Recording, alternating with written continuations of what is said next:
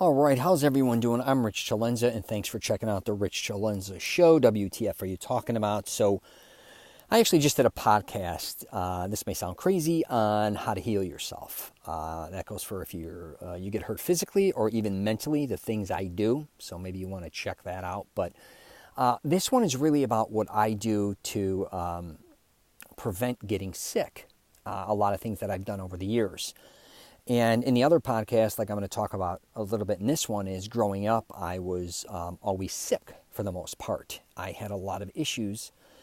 I ended up having a lot of earaches, teeth issues, and throat. They even had to do an emergency tonsil removal because my throat was turning black and closing in. I couldn't even breathe. I also ended up having a hernia operation, and just as time went on, I never felt that good. And even in high school, I didn't feel good a lot of times. My joints would always hurt, my knees, like my neck, I would pull my lower back out. And I think one of the reasons was, one is I took a toll on my body. Physically, I was always playing sports. It was Chicago, bad weather. I was still outside all the time.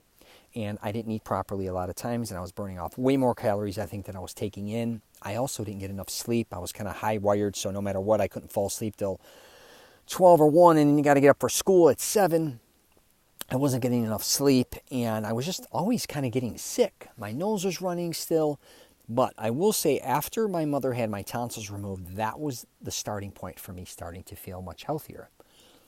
And then after high school, I went from like 135 pounds to like 210 pounds in I think less than a year and a half.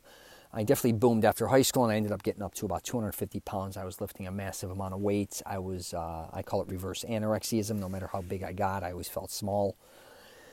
I was always lifting very heavy weights and trying to do things, with different exercising and other things as well. But what I started to do at a young age in high school, and started to slowly but surely feel better, is one is I started to get rid of all the hair on my body, including my legs. My mother used to panic. And I don't know what it is. I used to shave from my neck down, or my face at that point, face all the way down, just not my head. Obviously, I had hair at that point in time. I'd shave my face constantly, every day. Probably once a week, I'd shave my upper body. I also shaved my legs, which back then, if you look back at the 80s, they thought I was ridiculous. I used to go around and say I invented metrosexual, which is kind of ridiculous in itself, but it's kind of funny. But that's what I did. And even now, I shave my entire body, but I shave only from my waist up to my neck with a razor. I do it every 3-4 days. And I also shave with a clipper in my legs, probably every couple weeks. And one of the things I think is not having that hair, and this may sound crazy, I call it like body exfoliating, is I'm always getting all these dead cells off of my body. Now, I don't know if that's a placebo type mental thing, but it has worked for me. And another things I do, as far as not getting sick, I've been taking Flintstone vitamins my whole life, and I stuck with them. When I was younger, I took some different things regarding trying to get bigger, which were some supplements, which could have been like, Genesis, Gainer's Fuel, this stuff they sold in Florida, hot stuff, and natural steroid complex. I just didn't feel good on supplements. I'd rather eat steaks, drink smoothies, fruit drinks, and just eat like a damn animal. I just didn't like putting things in my system. I didn't know what I was putting in, truthfully, because a lot of these things, you don't know what the hell they are. I don't know what's in these powders. I don't know what's even in those pills. I don't know any of these things. I don't know what's in a Flintstone vitamin necessarily. I've just been taking them my whole life. So, now getting back to me not getting sick. Now, the older I got, the healthier I started to feel, except when I got really heavy. When I got up to 250 pounds, I started to have a lot of problems. I will admit then, between 230 and 250, I started to feel like shit. I didn't necessarily ever get sick, but I started to sweat profusely. At one time, my left side of my arm started to go numb, and I was short of breath, so I ended up having to understand I had an issue. I had a complex that, again, no matter how big I got, I felt small, but I had to realize my identity wasn't wrapped up in just how big or strong I was. I had children now, and if I wanted to live to see them get older, I'd have to change my ways, because I'd probably die of a heart attack at a very young age. Especially heart disease runs in my family. My cousin, even at a very young age, in his 30s, had a quadruple bypass, or maybe a triple. My father's had stents. My uncles had quadruple bypass. A lot of my father's brothers all had illnesses. One had a stroke in his early 40s. So the CELENZA side of the family is very sick prone, I guess you could say.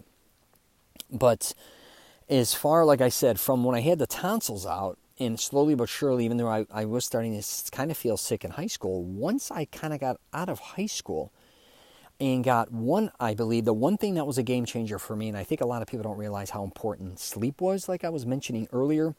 When I moved to Florida to work with my father, I was now getting at least 8 hours sleep, which I think most of my life I was getting a lot less. I could go from 8 to 8.5 hours, and I think that's one of the reasons why, one, I grew so much more besides just becoming older and maturing. 2 was the food I was eating. And 3, I was taking naps. And I was watching this study even once with my mother. Is people, I forgot what part of Europe or what part of the country it was. We were watching a special on TV, and they said the one thing for the healthiest people that they've done studies on in the world, they found this one group of men and women that lived the longest. I forgot what town they were from. And they went and studied them. And when they broke it down, it wasn't they didn't exercise. A lot of them smoked and a lot of them drank. But the one thing they all had in common was they all slept at least 8 to 9 hours a day. They also all napped, a majority of them. Also, they had a lot of sex. And I heard this at a very young age, and I kind of wanted to keep up with that pattern to a certain degree. I'm not going to get into the sex thing, but I definitely think, obviously, having sex, one, it's good for your cardio. One, it releases endorphins and stress. Or I think it releases endorphins or whatever. And it's supposed to be extremely healthy. That's what they did. And a lot of those men in these towns they were finding were 60, 70, 80 years old still having children, which, whatever. It is what it is. But that group had some of the oldest people as far as the town went that were living. And I found that quite interesting when I heard that study. But back to me not getting sick, there's a lot of things that I've done that I think really help me, and I want to tell you what they are. Besides working out, now, and here's the thing, I don't even think you necessarily have to work out.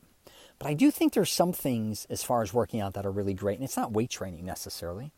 But I will say I'm always going to different gyms, and I'm traveling all over the place. I don't know if you know that about me. So I'm in tons of different airplanes, rental cars, hotels. So I built a very strong immune system, I believe. But I had that even before, because even in my 20s, late 20s, when my daughter got sick, she would have to be in the hospital. So for like the first year of her life, we were in the hospital more than out. And I very seldom ever got sick. People were always getting sick coming in and out of the hospital. I never had to worry about any of that. And I talked about that in the other podcast. I don't look at things making me sick. I look at things making me healthier. So even if I got around somebody, even on an airplane, and they're blowing their nose or they're sick, I am looking at them and saying, they're not going to get me sick. I'm going to actually make them healthier. Yeah. So I have a different idea what makes people. I don't believe that people or a lot of things that you've been programmed to hear make you sick, get you sick. I actually think nothing's really going to get me sick. And if I do get sick, I go into an internal thing where I want to heal myself. But I'm not walking around saying, oh my God, this happened. Oh my God, I'm going to get sick or I'm going to feel sick. And then before you know it, you are sick. I think about it quite the opposite. So back to sleeping. The next thing I think that most people don't get enough of is water. And you hear it all the time. And you know what? You don't have to drink, I believe, as much water as they're saying, like 12 glasses. I just think you have to drink it throughout the day. You want to drink maybe as much as you can to a certain degree, because you're probably never going to drink more than you can handle. Maybe you could. But I'm just always drinking some form of liquid. I also like milk. I never stop drinking milk. And I know a lot of people are like, it's fattening. I drink 2% milk. I'll even drink chocolate milk. I can care less. I'll also drink lemonade. But I think the trick is, for me, is always to be hydrated. And a lot of the drinks I like are sugar related. I'm not going to lie. But it's not like for me, I can just keep drinking other things and I feel hydrated. And that's huge for me. And here's something that's really weird, and you're not going to believe me now. So let's go to nose hairs, and I believe this to be true. So a lot of people are like, oh, you need nose hairs because it grabs particles and it cleans you out. The one thing I never allow in my nose, and I don't trim them, I pull them, are all the nose hairs. I don't know what it is, but when I had nose hairs when I was younger or whatever, my nose ran, or it just felt differently. I feel having the inside of my nostrils extremely clean. Even when I wash or I take a shower, I think that needs to be clean. And I think a lot of dirt or a lot of shit gets in there, or it sticks in there and stays there, and you're breathing that. And I think that's a loser. Also, no matter what, I am always flossing my teeth. I realized in my mid-20s, I just started to feel different. I had all my teeth taken care of, so I had nothing, I even had all the metal pulled out. But I had to floss after every meal. I'm always brushing my teeth. My mouth, the cleaner my mouth felt, the better I felt. That doesn't mean you have to be obsessed doing this. And now they have those things where you go inside like a little scrub brush. Those are awesome too. Also, the tongue scraper, I think, is amazing when you're really trying to keep your mouth clean, because everything that goes in your mouth settles on your tongue. It's like a table. So I got the tongue scraper. That's another thing, is when you're cleaning your tongue. I really believe getting all that food and whatever the hell you're putting in your mouth, it's cleaning it. I mean, really cleaning it. I really think that has helped me along the way from not getting sick. Now, I get questions a lot of times about food. And here's the thing I think. As far as this is how I look at life, as far as a lot of people saying they're getting sick or not or whatever, even sick, their stomach, all these things. But food, the way you were kind of brought up, we all were brought up in a certain way. And most, I think, grew up probably into a nationality that they actually like. I think a lot of people do. They like the foods. Not everybody necessarily, but I think a lot of us are programmed, so I'm always eating Italian food. Not only that, it brings a lot of comfort to me. And I think sometimes as we get older too, we start changing things up. And God bless if you want to change. You want to go full-blown healthy, or you're eating junk food. I don't care what you're doing. But I think by changing your diet and not being happy with it, is a horrific thing. I think what you really got to find is a happy medium. So if you are eating, so take Italian food, and everyone's like, I can't believe you eat all this Italian food and you don't get real heavy. And believe me, I'm not thin. One is I work out in the gym a lot to burn off that so I can eat whatever I want, right? But all I had to learn was portion control for one. Also, the times of the day when you're eating this food. So if you're eating pasta, or eating a lot of these things late at night, or eating too much of, an abundance of it, you're going to always have an issue regardless of what the meal is. But if I was always eating what I felt comfortable eating, I felt good. And I have tried different people's diets, or I've tried things where I've even had to go to places for long periods of time, 2 weeks, a month, different part of a country, or even if I'm going to Canada or other places. And I don't feel as good as if I'm eating the foods I'm comfortable with. And I think it's a parlay thing where life, if you're not getting the right sleep, or you're not, even if it's not, you're drinking water, you're not drinking the things that make you comfortable, or eating some of the foods that make you feel good, I think your mind has a way of saying, hey, we're not feeling good, we're not comfortable, which in turn starts to spin into you thinking or feeling sick, even though you may or may not be. But I think a lot of times we make changes that we think are going to be healthier changes, which they may. And I'm not saying if you're eating, put it this way, I have gone, I've even dated a vegetarian hypothetically and said, let me try this vegetarian thing for a while. And at the beginning I said, wow, this kind of feels good. I lost a little weight and I felt better. But after a while, I wanted to fucking kill myself. I didn't feel good. I was getting weaker, and I just said, wow, this is not for me. So it's interesting, you may be thinking, and maybe it is healthier, but it wasn't healthier for me. And you got to be open-minded sometimes to really figure out what is making you live a healthier lifestyle. And again, that may not fit somebody else's lifestyle, because again, I'm eating Italian foods all the time and doing all these things. And a lot of people are like, that's crazy. If I do that, I become obese. Well, first of all, we don't have the same genetics. And number two is, like I told you, I may eat certain Italian foods that aren't going to make me huge or bloated. I know how to back up on the portions. I know what is going to put weight on me and what isn't. Certain dishes, again, or desserts, or even coffees. How many times I eat it a day, all these different things. So you got to look at those things. All right, here's another thing I talk about in my Mastering Self-Confidence program. I have a program called Mastering Self-Confidence, and it's to help men find the woman or women of their dreams. And I go through a hygiene thing with them. And, I think a lot of guys, when you take a shower, what you need to do is, first let me say, I don't think a lot of people clean themselves properly. They don't put enough time into it. I think they rush it. They're either using their hands and putting soap on it, washing their body, which I understand if you're at a gym, you got to do what you got to do. But if you're at home, get a rag, a loofah, or whatever, the scrunchie or whatever the hell you got to do. But get wet, shut the water off. When you go to lather up for 2-3 minutes, your entire body, but don't let the water rush the soap off you. You want to be lathered completely. You want to clean between your toes, clean your feet, scrub your hands, scrub behind your ears, scrub in your ears, go up your nose, everywhere. I'm not going to get graphic, but I think you get the point. Let that soak in. Really exfoliate your body. Because the cleaner you are, I think, at least it could be mental again, but I know I'm really clean. If I'm taking a shower and I have the water hitting me, as far as I putting soap on a rag and then I'm going on my body, it's immediately just coming off. It's almost like if you wash your hands, you put soap on it, you wet them a little bit, and you sit there like a doctor, hypothetically, sits there for, a minute or whatever and scrubs his hands. Look at his hands. They are clean. I don't think a lot of people do that with their bodies. And you really, I believe, need to do that. And here's another wacky one. I don't let any air here in my around my ears or in my ears. I'm always not, again, trimming it. I'm pulling it by the root.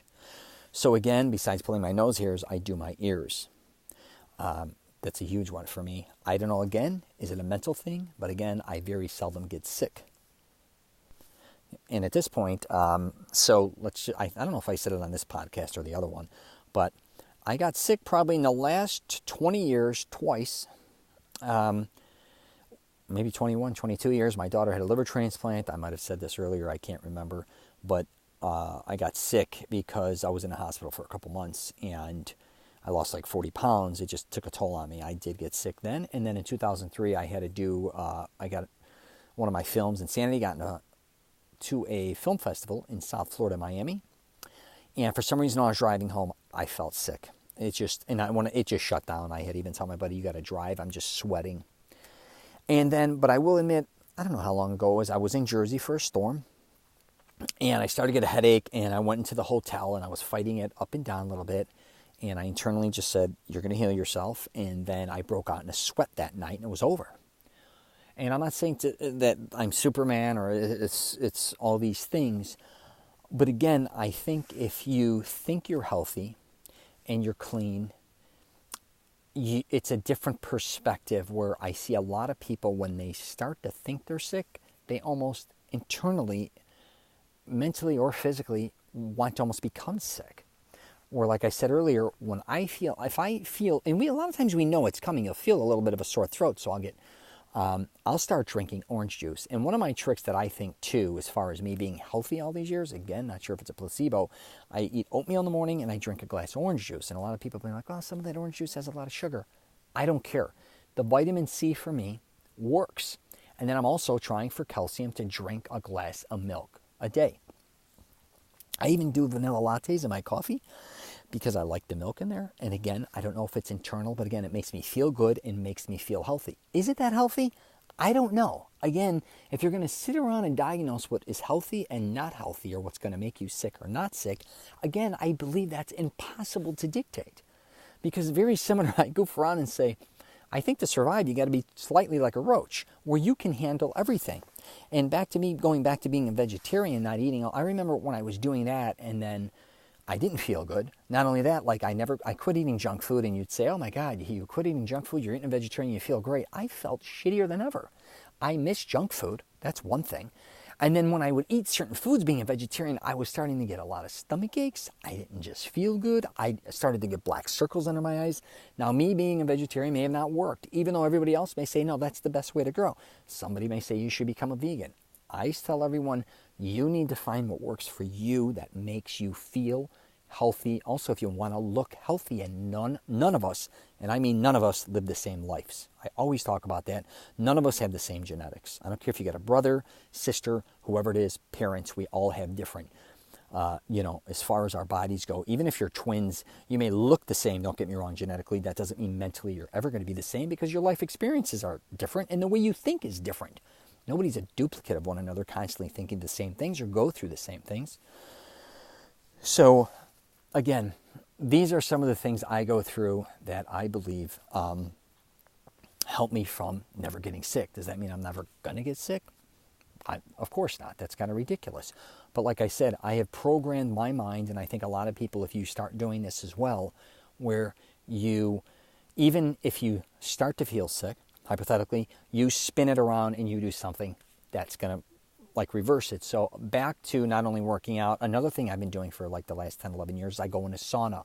I saw more and more studies on saunas. Sometimes I'll do a steam room if I could find one, but I do a sauna about 15 minutes when I go to the gym afterwards, regardless what happens. Sometimes, even on my off days, I'll just go do some cardio and I incorporate the sauna. And it's amazing. And I believe, I don't know if it sweats out the impurities. I feel like it does. I feel like $1,000,000, and it's supposed to be great for your heart. And I also, I'm going to do actually a podcast, maybe not a podcast strictly on it, but I've always tried to swim as much as possible. But here's the thing. I didn't swim like I got to be some fucking Olympic, swimmer on top of the water, always doing the same type of strokes. I do more of an underwater stroke. I usually do 40 laps underwater. I actually ripped that off Bobby Fischer. I used to watch documentaries, and I watch all these documentaries, but Bobby Fischer wanted to become physically more dominant than all his opponents. So not only was he mentally prepared, he was physically. He noticed a lot of his opponents, including himself, I think, would get fatigued after a while after playing long matches. So he wanted to control his breathing, so he started to swim a lot. And I think he swam underwater all the time. And I've been swimming my whole life. I love it. I don't know if it's getting inside of the chlorine or what it is. But again, I think, you get in there and is the water dirty and, everybody's doing whatever their business in there and all that stuff. But me swimming, I think the buoyancy and getting my heartbeat up and burning off all those calories not only help me burn off calories, it also helps me sleep and relax. I do jacuzzis a lot of times too. I know a lot of people are kind of, grossed out by jacuzzis, but I do like them. I'm not going to say I'm madly in love with them, but I do them when I'm fatigued or my muscles are. So that is something else that I do that I believe that kind of helps me stay healthy. But swimming, I would say overall, if you're going to do any exercise in the world, you always hear swimming. And here's the thing, go have fun and swim. People think, again, they got to go there and kill themselves. No, like I do, I usually go underwater, I do 40 laps, or I also incorporate running and doing laps in there. That doesn't mean you have to sprint and kill yourself. I run backwards doing laps.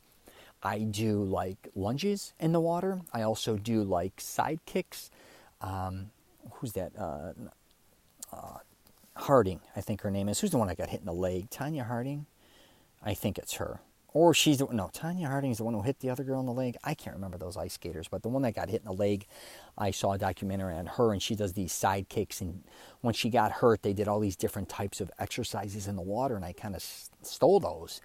And I just have fun in the water, and I think, again, that is something that has kept me very healthy. I almost call it like the fountain of youth, a pool or swimming in a lake or even an ocean. I'm just afraid of sharks, so I don't go in the ocean. But that is something I also believe that has kept me very healthy. And here's another word, cork, I guess you could say, is, and I don't think it's good necessarily for toughness or anything, but my hands are destroyed, my grip from lifting weights, heavy weights my whole life. But my feet, I never let my feet get dirty. I never not have socks on or have shoes on. And I don't know what that is, and I'm sure that's kind of ridiculous, but again, it works for me. I am not sure if that's what never lets me get sick, but I've seen a lot of people who have dirty feet and things, and it seems, and I mean a lot of even family members, it seems like a lot of times they're getting sick. Now, I don't know if that's because, I just don't know. I know it sounds ridiculous, but I really believe being as clean as you can, but not being obsessed with being clean, and I don't mean that. But if you look at your hands, keeping your fingernails and getting, if you want manicures or even pedicures for that matter. But I think a lot of those things help, and they go a long way, not only physically, but again, mentally. If you learned anything from me, hopefully, or if you're interested in learning anything from me, the one thing I'll say is, I think everyone needs to figure out or break out of the box of what everybody's been programmed to think, as far as what's going to get you sick, or if you do certain things that are going to get you sick, or anything in life in general. Because if you look at most people, they're kind of doing the same things over and over again, and I believe a lot of times they wouldn't be going over and over again. It's just kind of the way you're programmed. Then it would be very similar when I go to Italy, how they eat at certain times of day and how a lot of them are just very thin. Then I'm in America and I'm here and everybody eats a certain way and kind of everybody's obese. And some people will be like, oh no, it's the foods or it's whatever the case may be. But the truth is, like, who's right and who's wrong.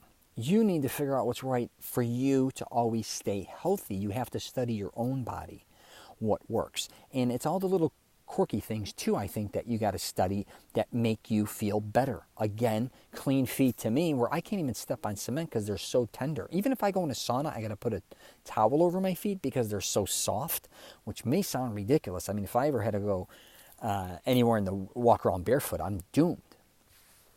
But again, I'd rather have soft feet and I'm never sick and I feel very healthy than have, real tough feet and I feel like shit.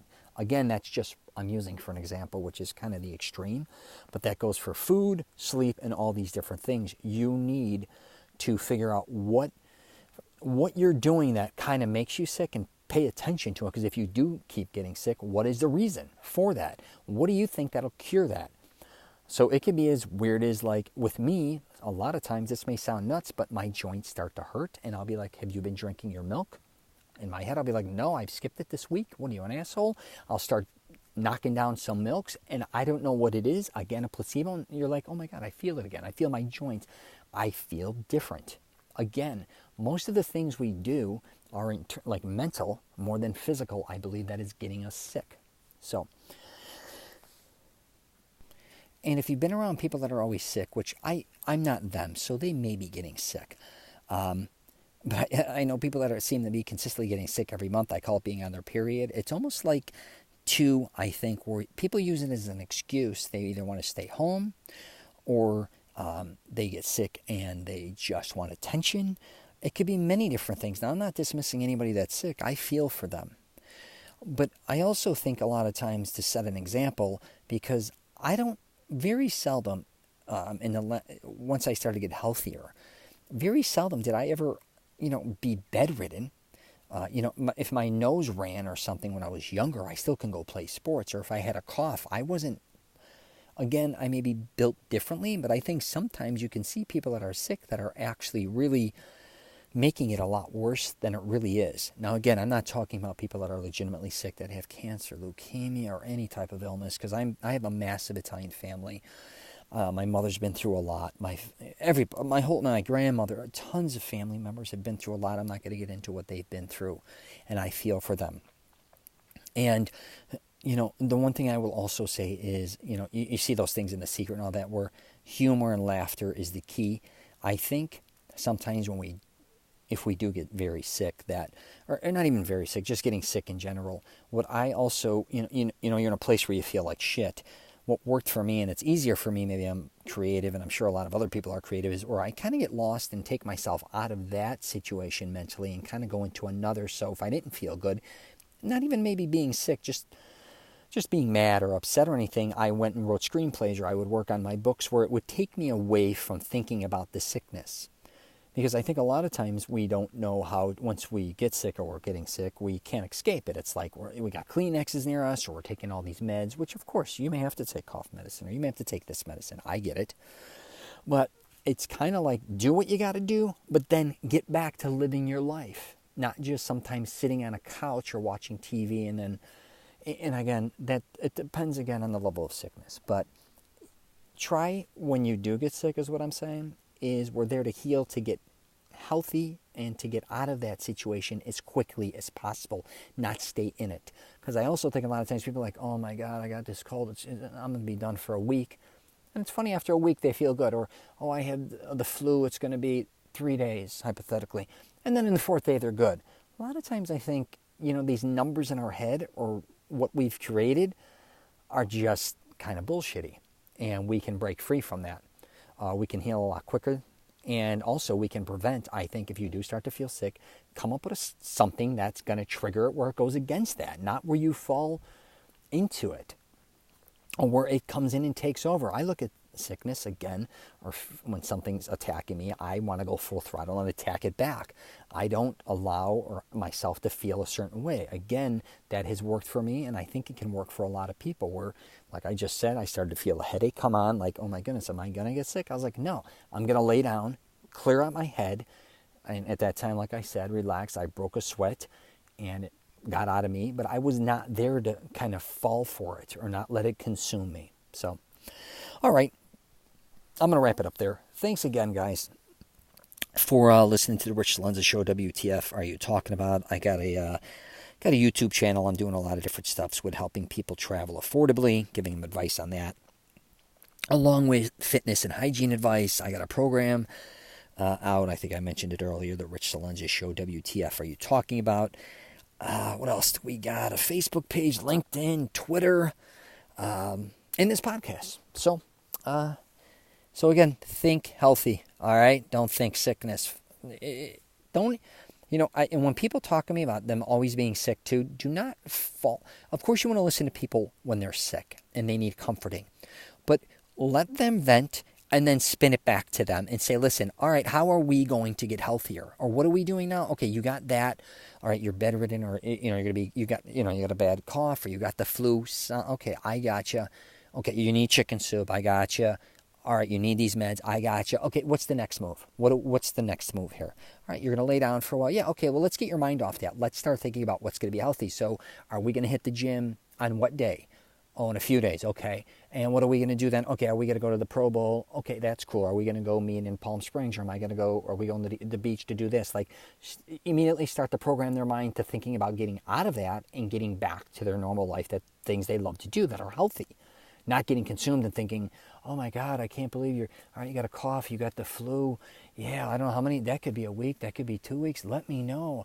I wouldn't, maybe you should go to the doctor more, you should do this or that. And of course, if you got to go to the doctor, but I'm saying, well, I would wait it out. I would take more time off of work, or I wouldn't leave my bedroom if I felt like that, or I wouldn't, don't get off the couch. Don't even think about leaving the house. Like, again, you want to protect them. But what I've always found interesting is, you, again, can be the person that can console them, which is wonderful, but you can also be the person to say, hey, I get you're sick. You're not going to be sick forever. Not only that, I'm not going to allow you to be sick forever. I'm the one that's going to get you healthy. Be the friend, family member, colleague, or whatever that they call, that they know you're going to give them support, but you're going to give them healthy support to get back on the road to recovery, not misery. All right? All right. Well, take care.